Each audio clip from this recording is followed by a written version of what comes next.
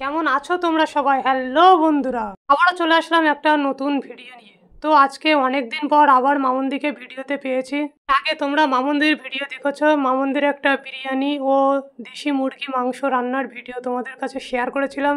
তো আজকে আবার অনেক দিন পর মামুনদিকে পেয়েছি ভিডিও। আজকে আমরা দুজন যাচ্ছি বসিরহাট এসবিআই ব্যাংকে একটা কাজ করতে এসেছি। তো মামুনদির এটিএম এর কি সমস্যা হচ্ছিল, তার জন্য আমরা দুজন চলে আসলাম এসবিআই ব্যাংকে। চলে তো আসলাম এসবিআই ব্যাংকে, কিন্তু এসবিআই ব্যাংকের লোকগুলো এমন তেঁদোর মতো হয় না যে কাজ করতে প্রচুর লেট করে। জানি না এখানে কত লেট হবে। তো ফাইনালি ঢুকেই গেলাম এসবিআই ব্যাংকের মধ্যে। এখন গিয়ে কাউন্টারে গিয়ে দেখি কতক্ষণ লেট হয়। তো ফাইনালি এসবিআই ব্যাংকের মধ্যে ঢুকে সোজা এখন কাউন্টারের দিকে যাচ্ছি। তো কাউন্টারে গিয়ে দেখি কি বলছে ওরা।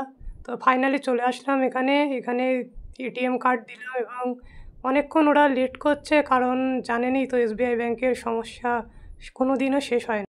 আমি অনেকক্ষণ ধরে বসে বসে শুধু টাইম দেখছি কখন কাজ শেষ হবে, কিন্তু কাজ আর মোটে শেষ হচ্ছে না। কারণ এসবিআই ব্যাংকে আসলে ও একদিন পুরো শেষ এখানে।